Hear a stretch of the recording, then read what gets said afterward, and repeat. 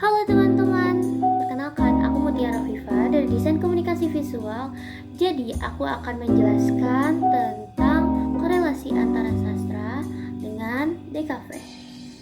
Jadi apa sih sebenarnya arti dari sastra dan DKV itu sendiri? Yang pertama ada sastra, yaitu sebuah seni yang menggunakan bahasa sebagai media.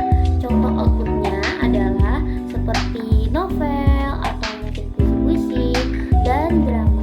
Nah, berbeda dengan sastra, DKV itu sendiri mengkomunikasikan atau menginformasikan pesan secara visual.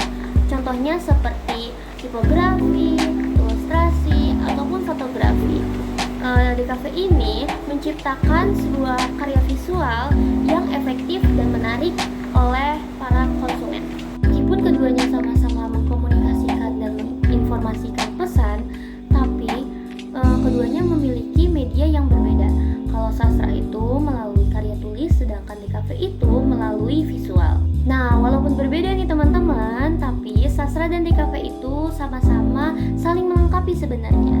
Nah, mereka ini sama-sama berfokus pada mengkomunikasikan dan mengekspresikan suatu pesan. Hubungan sastra dan DKV ini akan menjadi sangat erat ketika sebuah karya sastra diadaptasikan menjadi film, animasi, serta komik.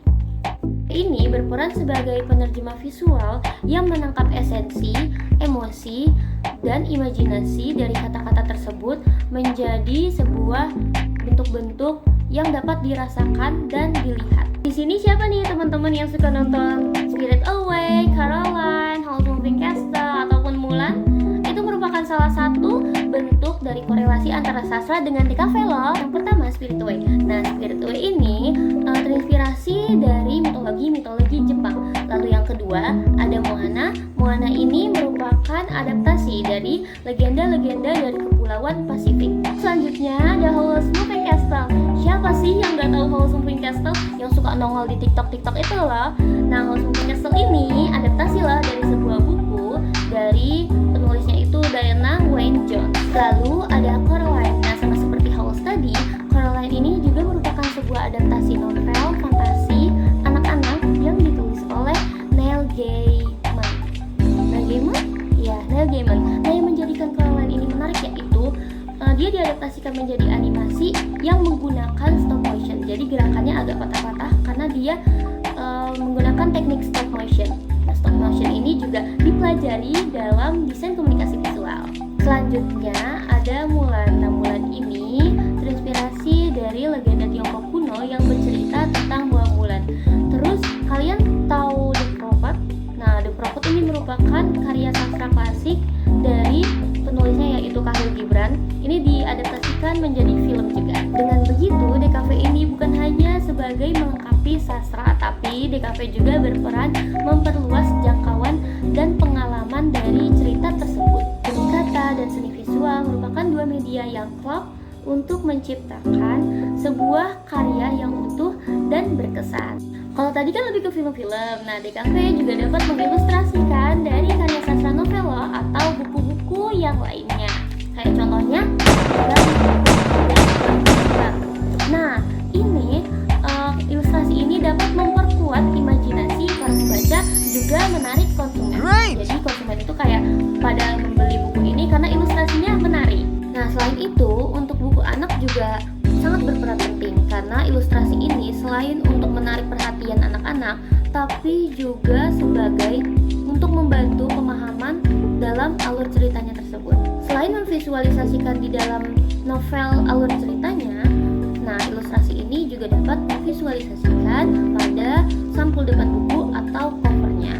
Nah, cover buku ini sangat penting karena dapat menarik para konsumen dan dapat memperluas target marketnya. Karena biasanya kan untuk sebagian orang itu kalau membeli buku, biasanya mereka melihat dari covernya dulu. Kayak apakah covernya menarik dulu nih. Walaupun emang ada pepatah yang bilang don't judge a book by the cover, tapi sejatinya manusia merupakan makhluk visual. Selain itu juga ilustrasi pada sampul buku ini sangat merepresentasikan identitas dari di dalam cerita novelnya tersebut.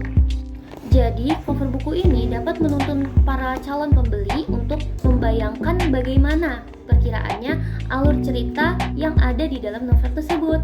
Selain itu, tipografi juga menjadi salah satu elemen penting untuk membangun dari citra suatu karya.